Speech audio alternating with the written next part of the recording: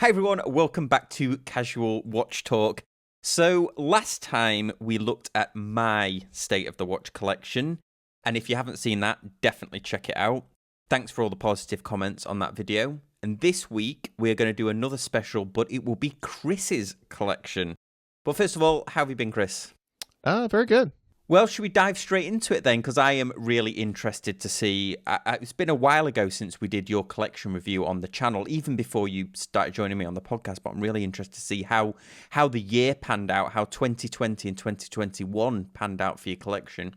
Right. Well, let's start. Kind of how you started with watches that won't leave the keepers. And this is one I've mentioned, but I don't think I've ever had it. I don't think I've ever displayed it. So this is barely a 36 mil Fossil dive watch that I got married in. Well, I've never seen this one of yours before. It looks like a similar tag, old vintage. Well, I say vintage, 90s tag-esque bracelet. Yeah, kind of the link bracelet. Yeah, this is a little guy. It's funny how the bezel kind of barely moves. It's kind of frozen in place. And I actually restored this. I had some of the indices had popped off, and so I went through and got in there, kind of cleaned it up. It doesn't have a battery in it, so it's safe. So like if you're gonna keep old quartz, I say pop the battery out of them, and if you're not gonna wear them anytime soon. But yeah, this is like here. I'll put it on the throw it on the wrist. Look at that little guy. Oh yeah, it's tiny.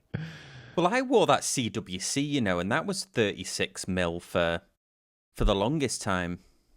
Yeah.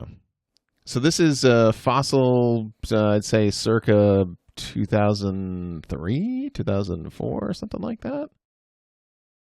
But interesting starting place. So I've always worn a watch of some sort, and I had definitely had, analog watches.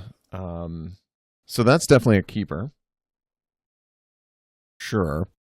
And then my next one that's a keeper is kind of the one that kicked off all of this in the last 5 years. Up on the screen. Yeah, here. we definitely did. So this is what kicked off the love of mechanical right. watches. Right. Wow. So yeah, so up until I knew that watches were mechanical, but I didn't realize until I saw this come out that it had that an automatic existed, an automatic mechanical watch existed. I absolutely love the rotor on this, by the way. This is very fantastical for if you're at a watch meet, or if you the little ones and you want to mesmerize people of how mechanical watches work. So a classic swatch that I'd say definitely got me into automatic watches 4 or 5 years ago. Quite controversial those, weren't they, when they came out? I don't know if you remember the controversy, but it was kind of made not to ever be serviced. It was disposable, and I think it was the first automatic watch that they ever made with the idea that it could never be serviced. So I remember it being quite controversial at the time, but I've always liked them, and there's been several different versions of that one, hasn't there? I mean, even Hodinkee did a System 51. Yeah, so this is the very first round. There were 3 different versions: a blue, a red, and this black one. I wore this a lot. I mean, you can see one of the dots on the bezel is kind of torn off, and I've got I took a pretty good scratch on the acrylic glass. But yeah, that's System 51. So that's not going to leave the collection. I think it's a great intro piece. Especially was a big intro piece for me. Yeah, I wonder how many other people got into mechanical watches through that switch. Yeah. Yeah. I mean, the Swatch Group, they're smart, because they like Swatch saved them, the Swatch watches from the 80s and 90s saved them. And so they kind of continue that, like, hey, if we can get a whole new generation of folks into mechanical watches, then, that's good for them. And the savior of Hamilton as well, will always be eternally grateful for. Mm-hmm. Plus Omega and all of the others as well. Ones that I'm on the fence of, I'll go to the sort of next chronologically. We'll stick chronologically here for the moment. And one that I think a lot of people have, but I don't know if it's going to stick around for much longer. I probably will try to give it away as a gift, and that is my Orient Bambino. Oh yeah, okay. So this is the V2 with the Bauhaus design. So no, blank indices, no Arabics. And is it like a champagne dial, or is it white? It's sunburst. Yeah, it's a little sunbursty. Yeah, it's not a pure white. It's kind of a lighter champagne, very similar to my new or the old, but to the Bell & Ross Chrono that I've got as far as the dial's concerned. Such a classic design, isn't it? Yeah, it really is. So I mean, this was my go-to dress watch. Yeah, I don't know. I don't when I need a dress watch, I don't go for it anymore. And so that tells me maybe it's time for that one to move on. I can't think of an occasion. Yeah, I can't think of an occasion that I've been to in the last 5 years where I've needed a dress watch. I think probably 5 years ago, the last time I wore a tuxedo, where I thought I might need a dress watch, and I think that I then. Well, I wore the Speedmaster then anyway, which is just perfect watch all rounder. Yeah, right. And I find that I reach for my my neo vintage chronographs. My any sort of chronograph like looks way fancier than any Casio, any black sports black plastic sports watch. So it's kind of the way it is.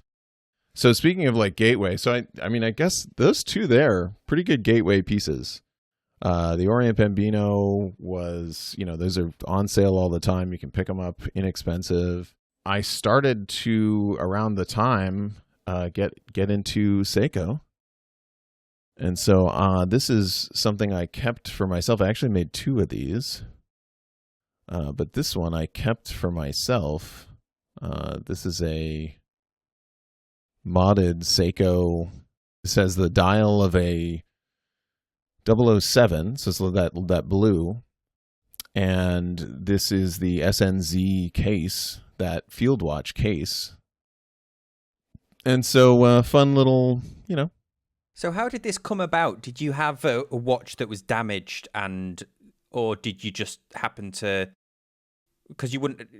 I mean, both watches are quite expensive now, aren't they? Or right, yeah. So the SNZ was actually super inexpensive, and I wanted to make a SKX military mod.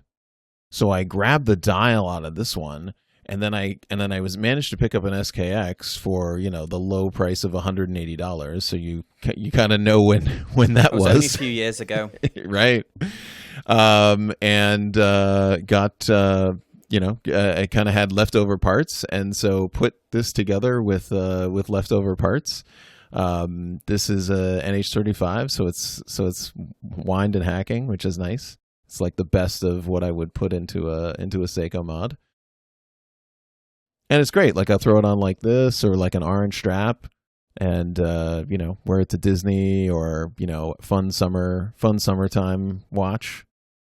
That I've definitely, this one gets has gotten more compliments than a lot of the other ones that I have. So yeah. And that strap as well, a little plug for Campinato Club right. There, your watch straps. Yep, exactly. Get them in time for Christmas.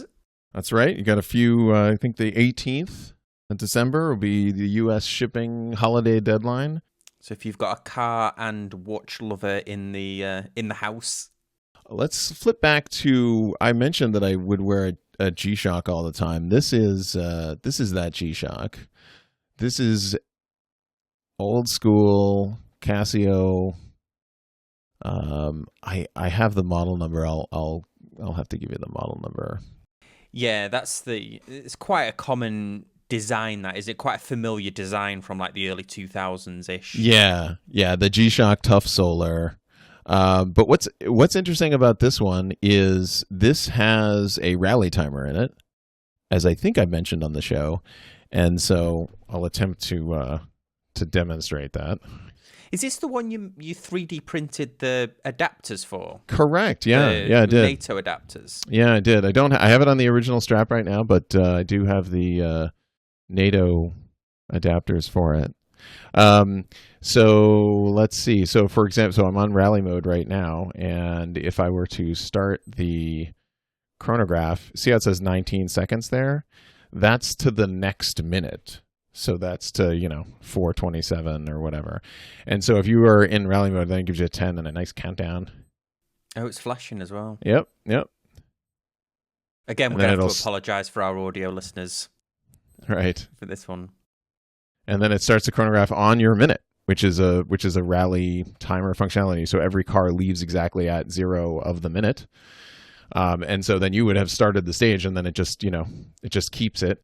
And so then you get to the end of the stage, you stop, and it then saves that time. Or actually, that gives you the split, and then you can save it. And then that's stage 1 saved in there. And there's a way that you can like go through and review all the stages, etc. So kind of cool. I've never seen that before. I've never seen that on a watch before. Did Seiko make a rally timer, but it was mechanical back in the day? So they had a bezel, I think, that was graduated for average speed, so that you could look down and sort of calculate that on the fly to see what your average speed was. So yeah, there's only, from what I understand, there's only one other Casio that does this. The Mudman has a rally mode in it.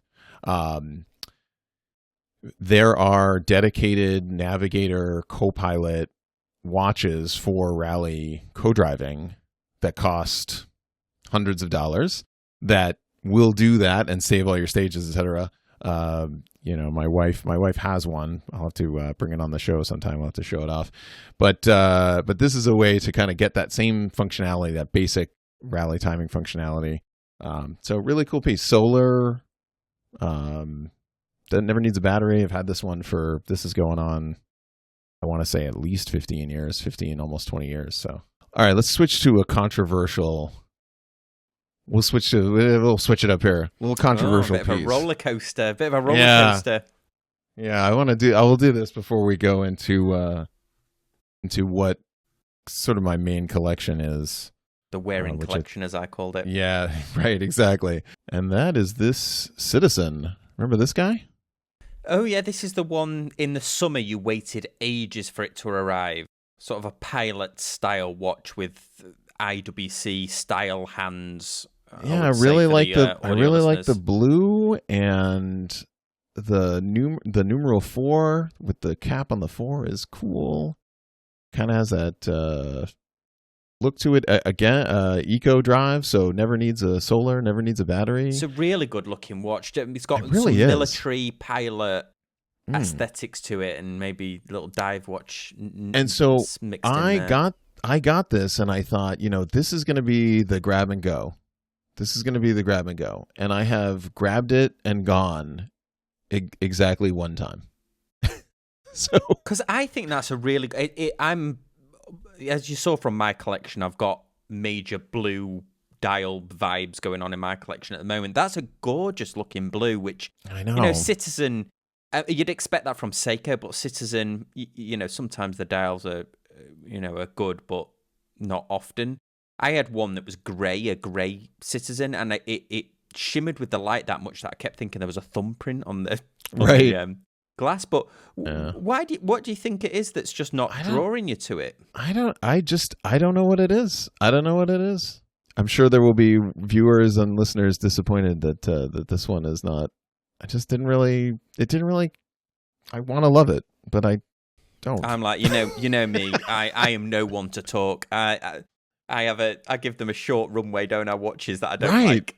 Yeah, yeah. So there was, I mean, I didn't really have a honeymoon period with it. Oh, and now that I'm thinking about it, we were over on Discord discussing this a couple of weeks ago, and they're available now in the United States.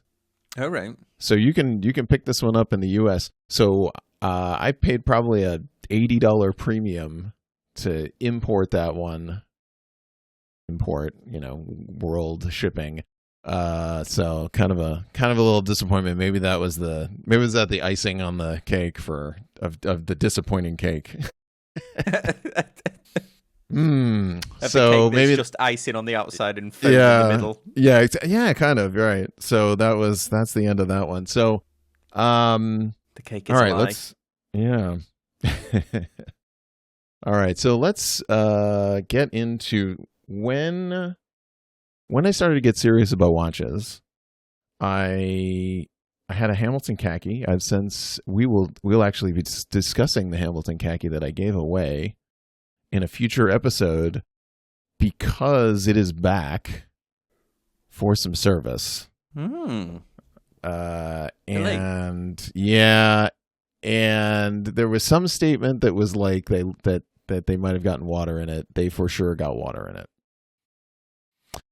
So, yeah, that we'll be talking about. We'll be talking about Hamilton, the Hamilton Khaki King that I used to own a while. But for now, we can talk about the big gateway, the Bell & Ross gateway drug for me, which is my Bell & Ross BRV2. And I like the blue and grey version of that as well as this black and grey.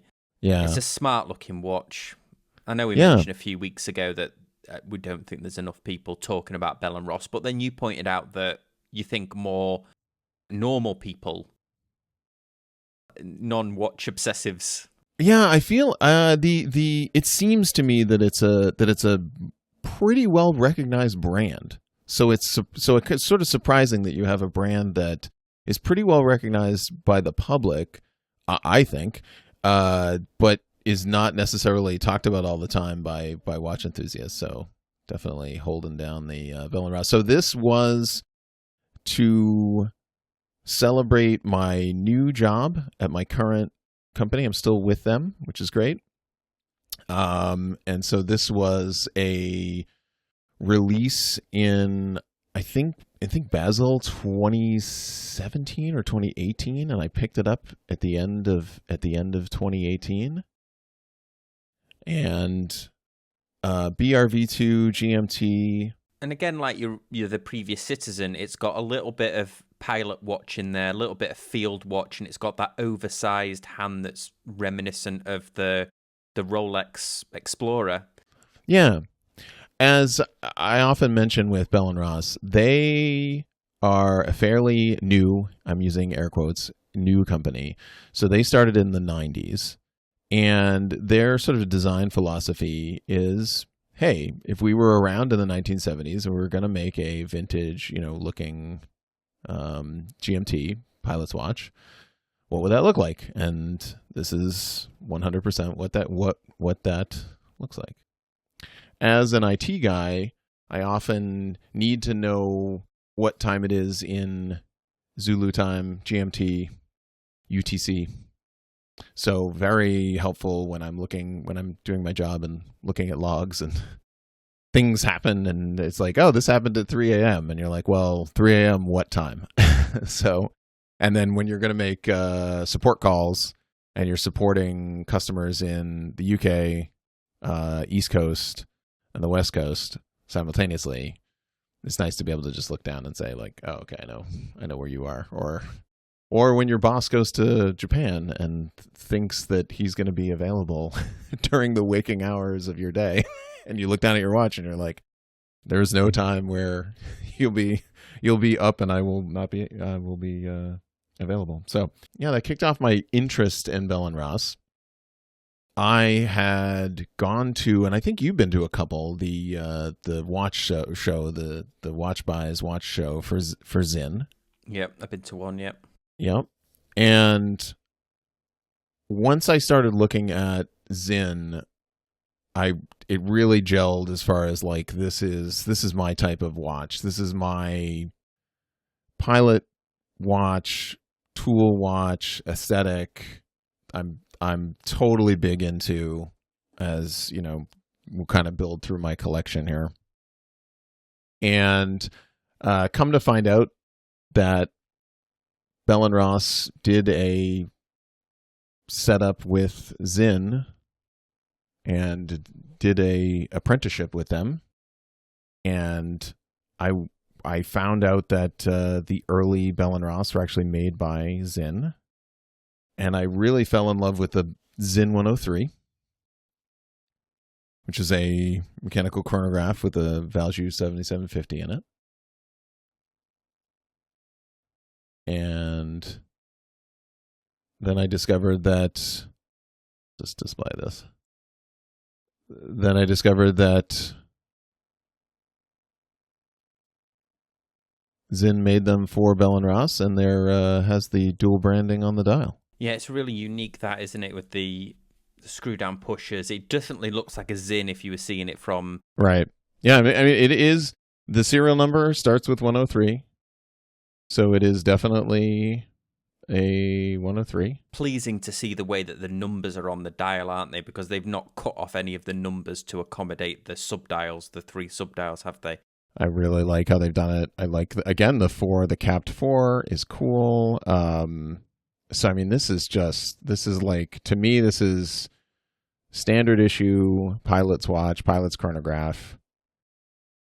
This one has a countdown bezel on it, which is very handy for when you're when you need to come back at a certain time.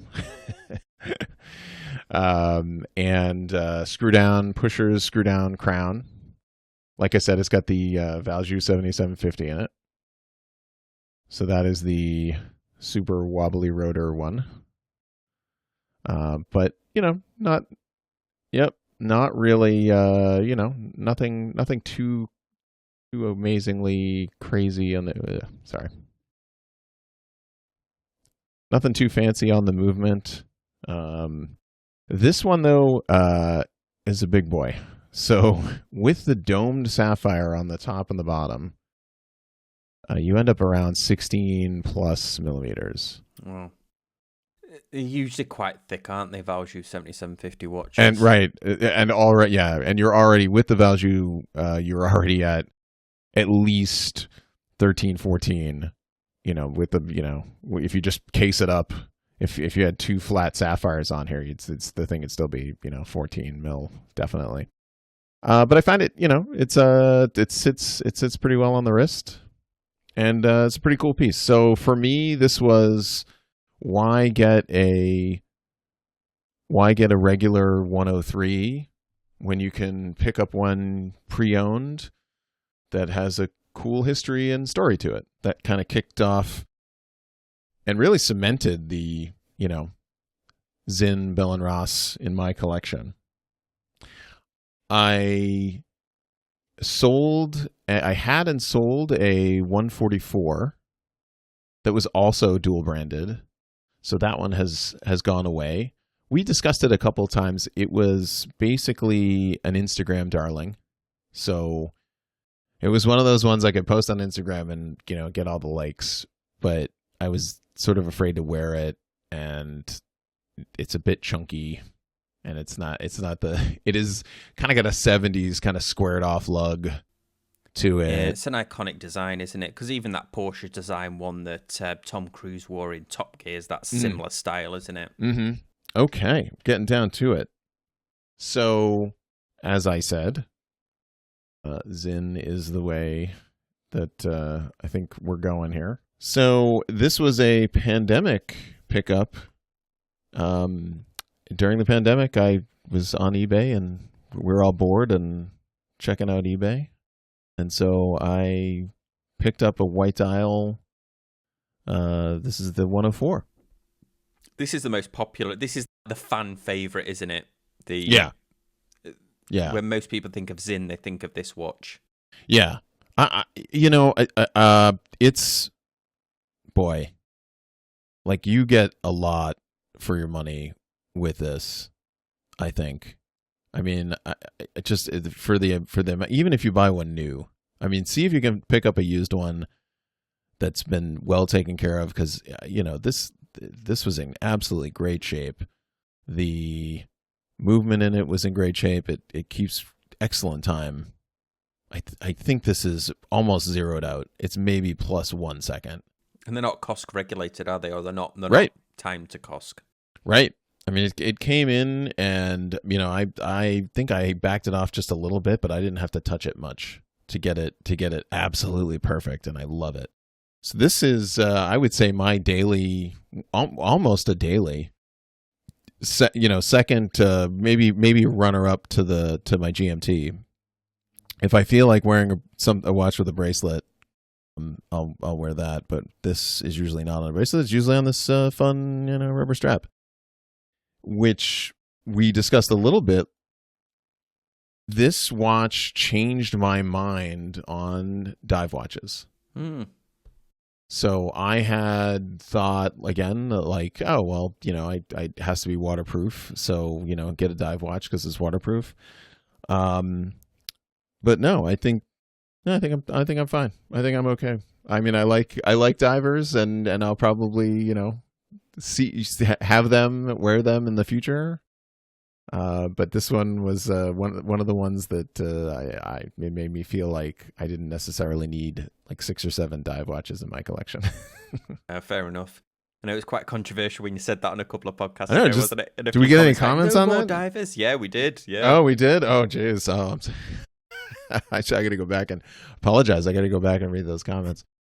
It's a style,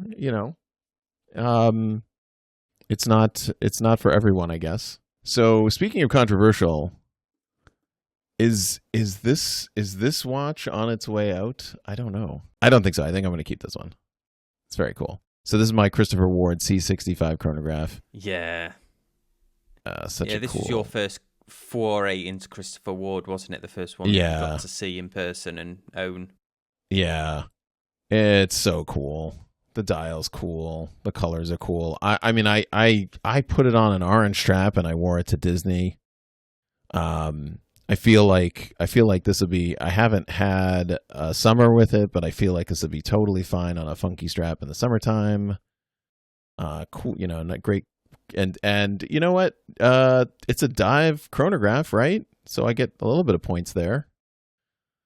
So yeah, it's such a cool watch. I love the colors. The colors are great. That's really the key. And I'll say this, I reached for this more than I did for the EcoDrive. I would go for this blue dial over the EcoDrive.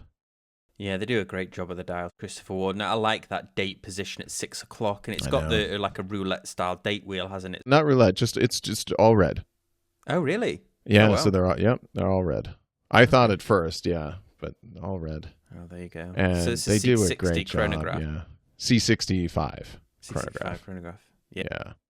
Yeah, they do just a great job with the bracelet. I mean, we've talked them up enough, but based on the value, and still I think 15, as I said, somewhere up there with the domed with almost the top hat kind of crystal on it. All right, and finally, the last of the collection here, the big heavy hitter. The Royal Oak. No, Josh, I'm just kidding. Oh, yes, this is the latest one in the collection. You searched for this for quite a while, didn't you? I did. This was on an Instagram. No, sorry. This was on an eBay search for at least 2 years. I wanted to get a Panda chronograph. So it scratched a couple of things. So Bell and Ross, this is their celebration of the 10th year of them making Pilot's chronographs. So that's of this model. So that's this limited edition. This is limited to 500 pieces. And Panda dial. It's a sort of a champagne color. So as I was talking about dress watches earlier, like as far as a dress watch, this is the go-to. I had a Christmas party that I went to last night, and this got popped on a different leather strap and was good to go as a quote unquote dress watch. So yeah, really excited Really like about the this look of one. it. Yeah.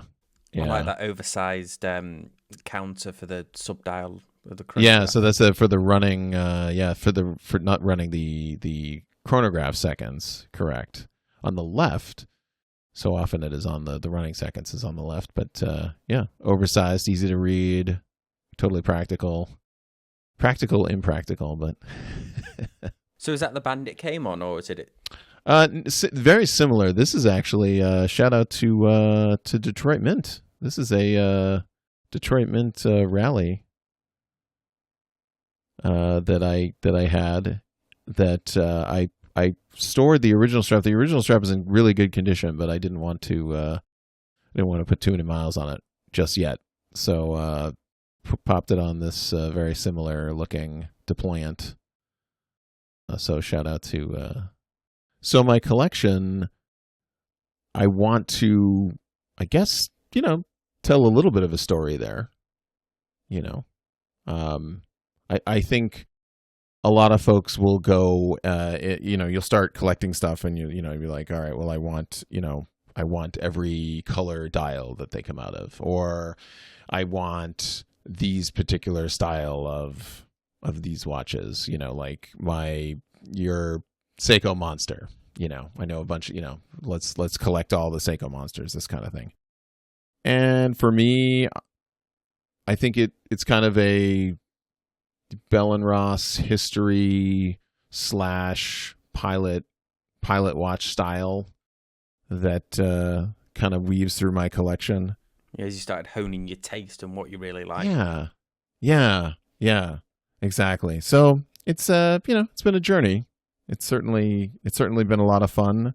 And I mean, if there's one thing I would say, a lot of this stuff is eBay and used, and so there's fun, enjoyable things to be had out there, and then when you're done enjoying them and wearing them, you can send them on to a new owner and kind of not necessarily lose or make, but for the small amount of money that you're going to lose in shipping and things like that, to be able to wear and to be able to have fun, unique watches on your wrist is pretty cool. Well, you asked me this question on mine, so I'm going to ask you: Is there anything you're looking for? What 2022? Is there anything you've got your eye on? That is a good question. I keep looking at the new Sinn GMT, but what's interesting about that is it looks surprisingly similar to my Bell & Ross. So I think if I didn't own this, I would maybe go in that direction. So this is the 105, is it, GMT? Yeah, the new 105 GMT, which one of our watchers, listeners, let me give him a shout out. Yeah, Watch Rolling Jason over on Discord and our Facebook group.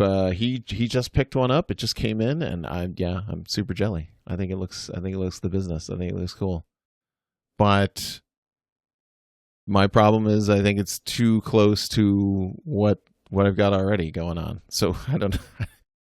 It's interesting how, at least I do this, and we've talked about it, how we split up sort of watches that we keep and watches that we collect. Well, Kris, cheers for showing us your watch collection, and let us know in the comment section down below, guys, if you've got any questions about Kris's collection. And we'll see you all next time on Casual Watch Talk. Thanks, guys. Bye.